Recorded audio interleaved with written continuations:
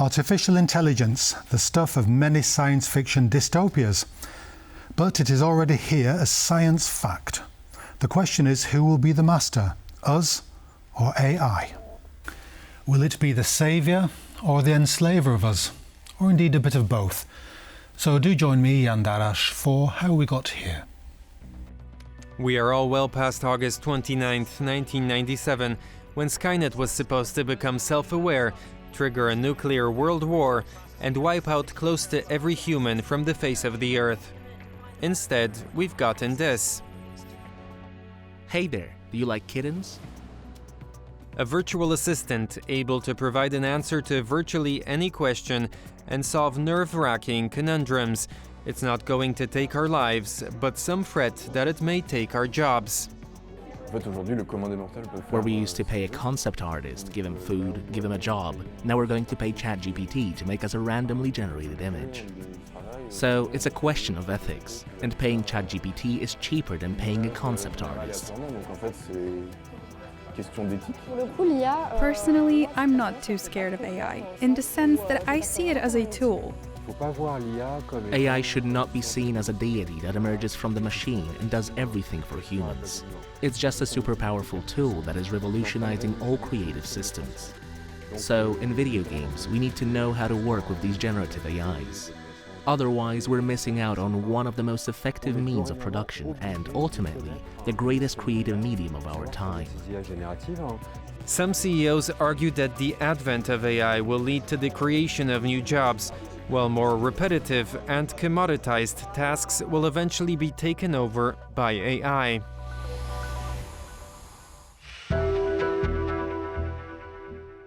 My guest today is Professor Aleksandra Przegalińska, the vice-rector of Kozminski University here in Warsaw. Welcome to the programme. Thank you so much for the invitation. So we'll start with a very easy question.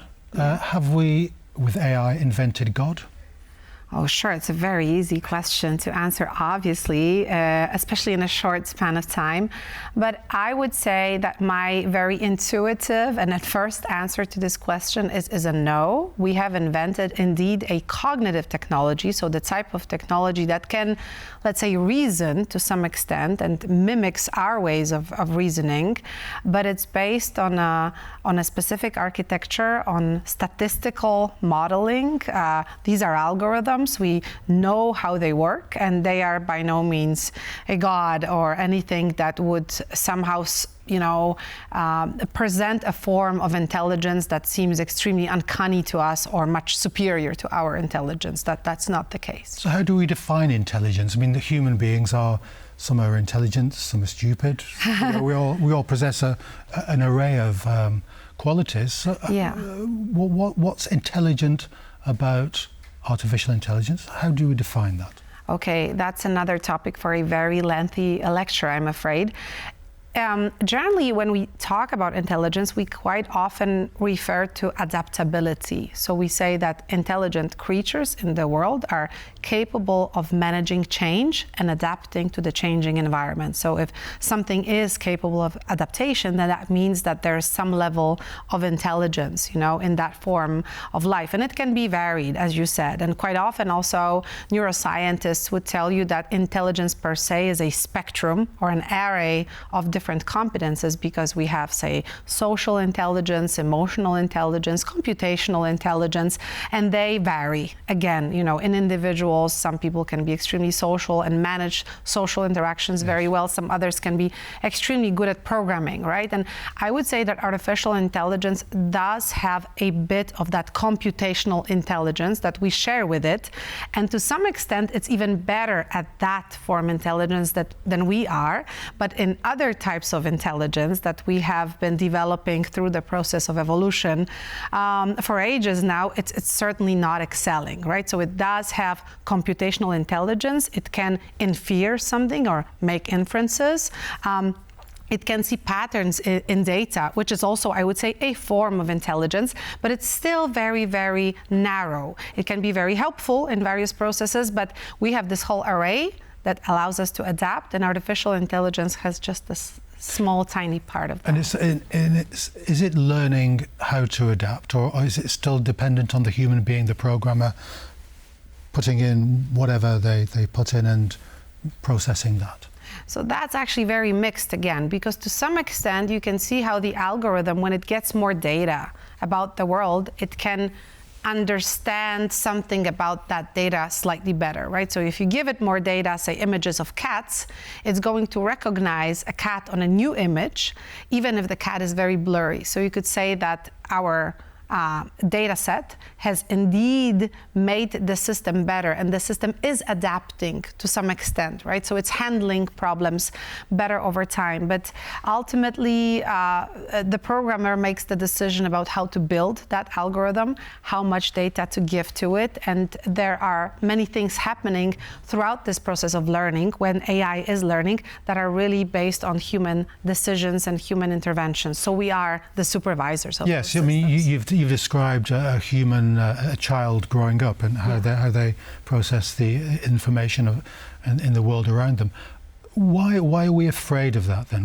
What's the threat? Well, yeah, you know, I think the first technology that we've ever built that is, as I said prior, a cognitive technology. So it's the kind of technology that learns. We've never had any technology before that would do things similar to us. So recognize something, right?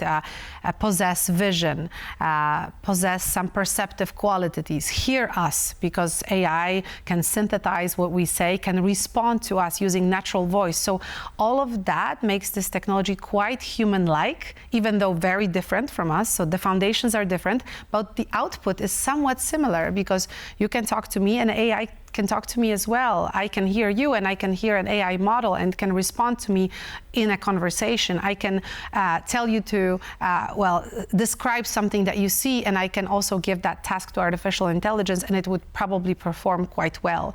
So I think this is quite uncanny for humans, that there is a technology that is in some sense similar to them, and that is something that causes fear. And fear, I think, is a very natural reaction to innovations. Artificial intelligence probably doesn't have any intuition, fear, love, humor. Not that we know. I mean, it can demonstrate humor. So obviously you could ask an AI model to throw a joke or something. Some of these jokes are very bad, but as we know, human jokes can be really bad too. Yes. But it's not so that it would actually enjoy a good joke, and it's not so that it has any sorts of affective or emotional states within, right? It can behave as if it did, and that's, I think, this deceptive element here, because artificial intelligence can have a voice that can be modeled in such a way that you would sense or hear emotions embedded in that voice, but those emotions are not there. It's just a simulation. So what's the progress of artificial intelligence, the development of the technology and the processes that it exhibits? Where do you see, you're a futurologist, you're a researcher in AI, where do you see it happening? Is it going to accelerate exponentially beyond our capacity to form government regulation, for example, or ethics?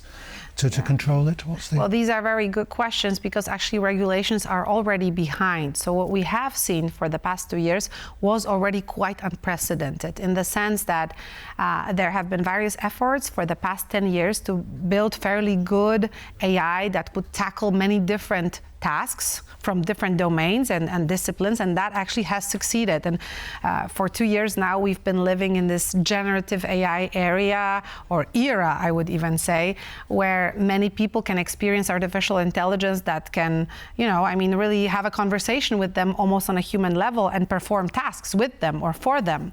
And I think that has been quite a shock, and the regulations are trying to keep up. We'll see. Next year, we're going to have a regulation here in Europe, the AI Act. It's a very ambitious regulation on artificial intelligence, and I am very curious about how it will be implemented and what will be the consequences of this regulation. But in the long run, what I see is perhaps more of a situation that's similar to what we've experienced with the internet. The internet is a technology that stayed with us.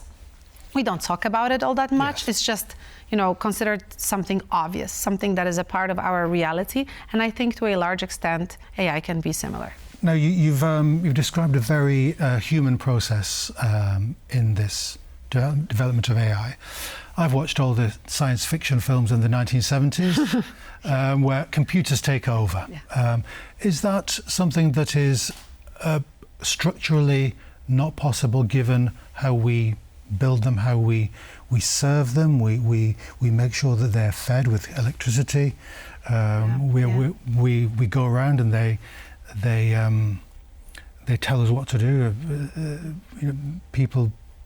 I see people on the underground just talking to their phones all the time. Yeah. What's the?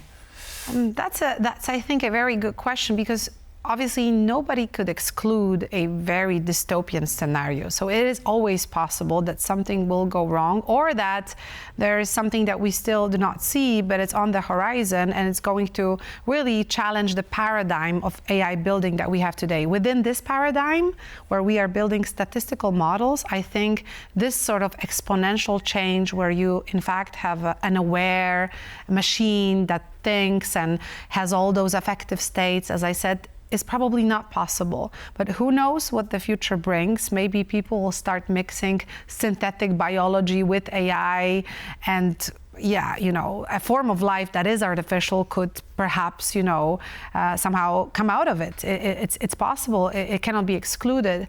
However, with what we are building today, I think getting there is not very likely to happen soon. And I think there are other worries. With artificial intelligence, we have really a boom of deepfakes.